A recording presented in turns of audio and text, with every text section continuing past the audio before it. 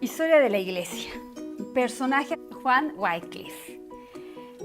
Diré como inicio, nada más como introducción, que este personaje sentó las bases de la doctrina del protestantismo 200 años antes que la Reforma.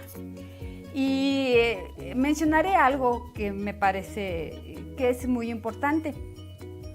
La historia no son fechas y personajes, son eventos que se van sucediendo uno tras otro, que tienen un hilo conductor que lleva al hombre a definir ciertos hechos que al tiempo son determinantes para las futuras generaciones. En el caso de Juan, y viene a colación porque es el hombre que tomó este hilo conductor, él siembra el germen de la reforma que se llegaría a contratar, como ya dije en un principio, 200 años antes que el monje Lutero. Lo que nos dice es que en ese tiempo ya había un ambiente deseoso de reformar el caduco sistema religioso.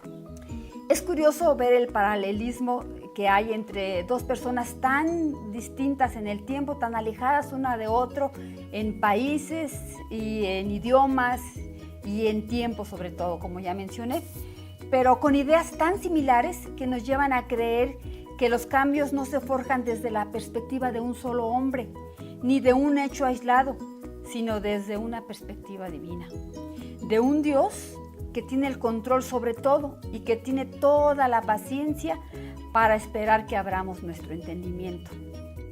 Un Dios que usa a quien Él quiere. Pues déjenme decirles que este hombre tenía fama de ser medio retraído.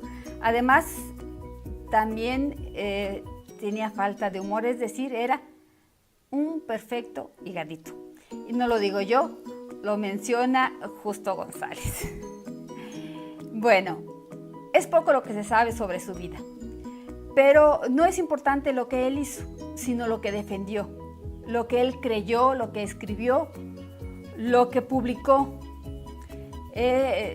Juan nació en la Inglaterra del siglo XIV por el año de 1320 y fue un erudito en muchas materias, principalmente matemáticas y filosofía, aunque fue también un abogado muy bien posicionado en la corte. Juan defendió muchas teologías que hoy damos por ciertas. Voy a mencionar algunas. Por ejemplo, él decía que hay dos iglesias, la que se ve y la espiritual. También defendía la autoridad exclusiva de las escrituras. Negaba la transubstanciación y consideraba que era innecesaria la actividad de los sacerdotes. Decía que el Papa no tenía autoridad sobre el mundo secular, sino únicamente sobre el mundo espiritual, y su finalidad era servirlo y no servirse a sí mismo, como sucedía en ese tiempo, por lo que les conminaba a abandonar las riquezas temporales a favor de una iglesia espiritual.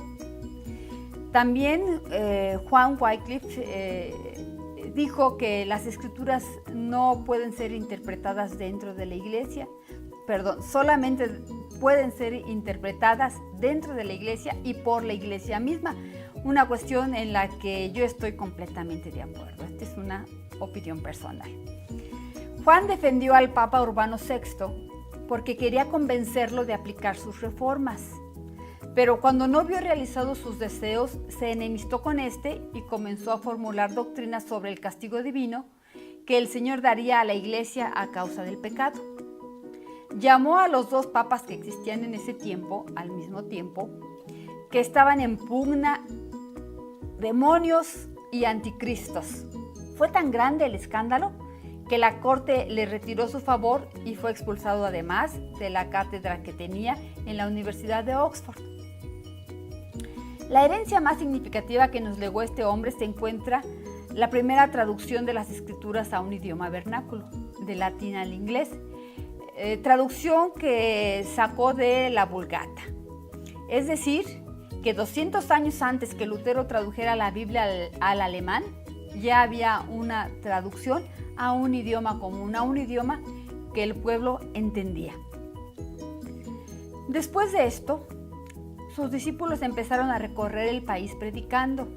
Predicaban doctrinas que eran claras, tajantes, revolucionarias.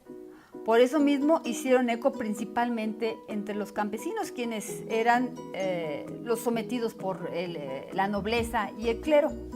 Y fue a ellos a quienes se les llamó despectivamente lolardos, esto quiere decir murmuradores. Este movimiento se caracterizó por sus ataques contra el papado, contra el celibato de los sacerdotes, monjes y monjas, asegurando que era una abominación, que producía inmoralidad, que producían aberraciones sexuales, abortos e infanticidios. ¿Algún parecido, alguna semejanza con la realidad? No es mera coincidencia, es algo que la Biblia llama pecado. Esto entre paréntesis. Pero continuando con la narración, también estaban los lolardos en coincidencia con su fundador, con Juan, en que las imágenes y las oraciones por los muertos no eran consideradas dentro de las escrituras, así como la magia ni la superstición.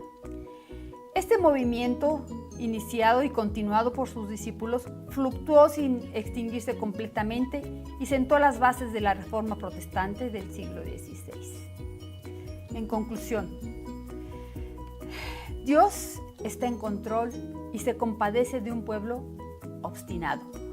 Porque dice en Isaías 37:26, ¿no has oído decir que desde tiempos antiguos yo lo hice?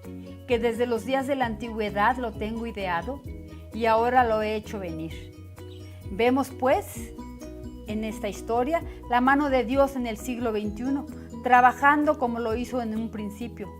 Y por eso damos gracias a Dios por estos hombres y mujeres que modificaron el rumbo de la historia y que nos la dieron como ahora la tenemos.